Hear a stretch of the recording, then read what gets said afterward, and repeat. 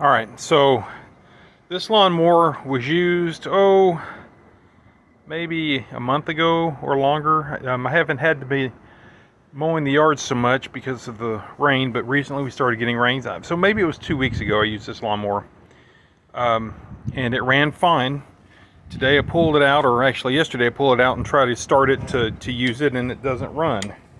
So when you pull it, you notice that there's no compression. No compression. So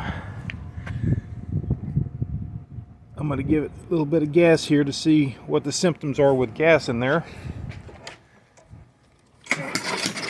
Alright, so it's backfiring through the carburetor when there's gas in the cylinder. So that's telling me it's a stuck intake valve. Yesterday I did look at this briefly, and I pulled the muffler off and I looked to see if the exhaust valve was moving, and it is. So this is going to be a stuck intake valve. I'm going to have to pull the head to see if it's something I can clean up and free up. I did try spraying some penetrating oil into the carburetor and working it into the cylinder, hoping that would free it up, and it didn't. So I have to pull the head. But if you ever have a lawnmower like this is a lawnmower that sits outside exposed to the weather, and you get no compression like that, it's going to be either a stuck exhaust or a stuck intake valve, more than likely. Okay, so I've got the head pulled here, and I'm turning it. The bottom valve is the exhaust valve, and the top valve is the intake valve. As you can see, the exhaust valve is moving, but the intake valve is seized.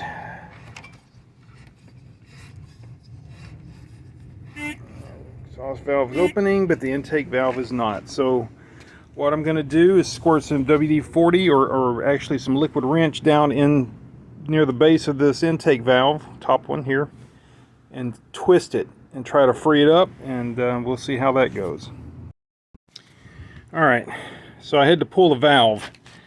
It was really in there. I really had to put some pliers to it and work it and get it out of there. I kind of scratched it up some. It may or may not make a good enough seal to run. I'm going to give it a shot.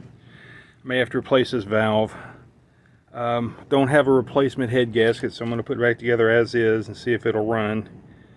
But this thing is still sticky in the engine, so I'm going to put a little anti-seize grease on it and work it a little bit and put it back together, see what happens.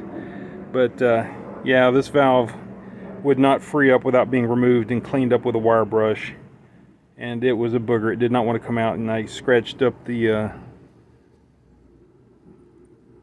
edges of it. Hopefully the seat part is fine or good enough. Only way to know is put it back together. All right. Okay, boy, it took me some effort, but I finally got that valve in there without having a valve tool.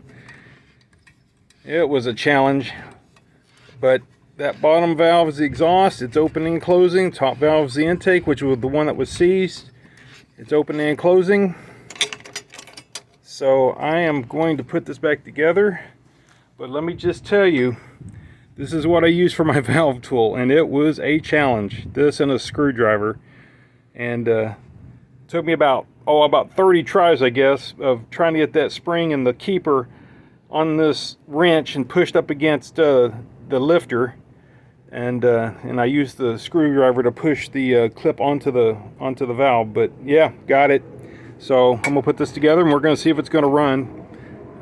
It probably will run. It may not run well, so it needs a head gasket and probably a new valve, but we're gonna try it anyway. Okay, got it all back together except for the air cleaner. So let's see what it feels like compression wise. This is gonna be fun with one hand. Yeah, it feels like there's compression. Not great, but it's probably gonna be enough. Let's see if it'll run. Make sure I got the spark plug. Yeah, got the spark plug in there and plugged in. Let's give it a little gas and see if it'll run.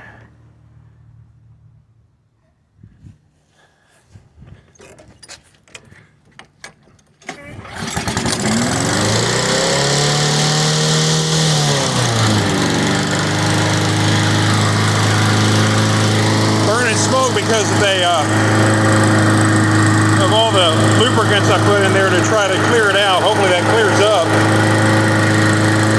Got some anti-seize grease and